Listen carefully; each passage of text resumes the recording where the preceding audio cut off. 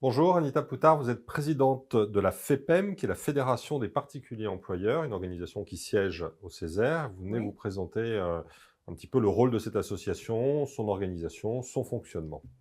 Voilà, alors là, notre association, elle porte la voix des particuliers employeurs, c'est-à-dire des personnes qui emploient quelqu'un à leur domicile, et puis aussi les parents d'assistantes maternelles qui déposent les enfants chez l'assistante maternelle.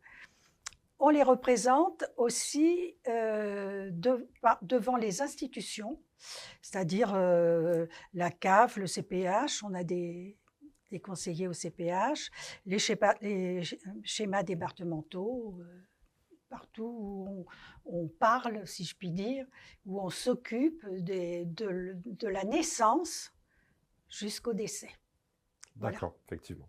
Vous êtes l'organisation, l'association la plus représentative en France. Vous existez depuis longtemps, je crois. Oui, plus de 80 ans, et je tiens quand même à préciser que le tout départ s'est passé à Lyon. Ah, très bien. Voilà, c'est quand même à noter. En Hein, Auvergne-Rhône-Alpes. en Auvergne-Rhône-Alpes. Donc ça Voilà. tombe bien, donc c'est une organisation, une association nationale Voilà, qui trouve des antennes sur tous les territoires, dans tous les départements. par département, Pardon, dans dans toutes les toutes les régions. régions. D'accord. Voilà. Ok. Vous avez combien d'adhérents? On a, écoutez, je ne peux pas vous dire parce que ils sont en, on est en train de les compter, si je puis dire. Donc, je n'ai pas le résultat. Ce qui est sûr, c'est que de toute façon, nous représentons tous les particuliers employeurs.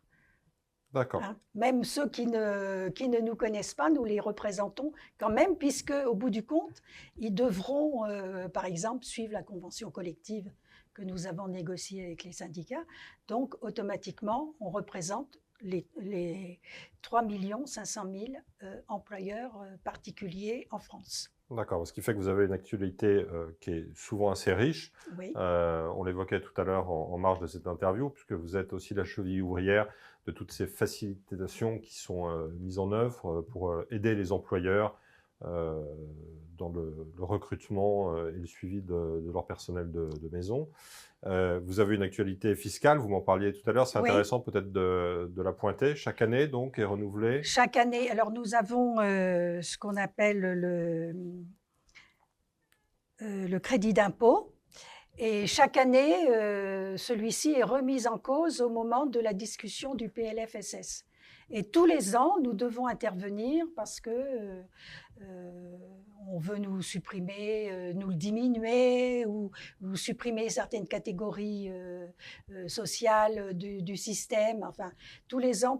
Donc cette année, nous allons être particulièrement diligents compte tenu que l'état de nos finances n'est pas au mieux. Donc on se demande si on n'en profitera pas pour nous diminuer ce crédit d'impôt, ce qui serait dommage parce que moins de crédit d'impôt et plus de travail au noir. Oui, évidemment. Alors, vous le disiez, vous intervenez auprès des pouvoirs publics. En fait, c'est Oui. le rôle des corps intermédiaires qui sont souvent malheureusement oubliés, négligés ou peu connus.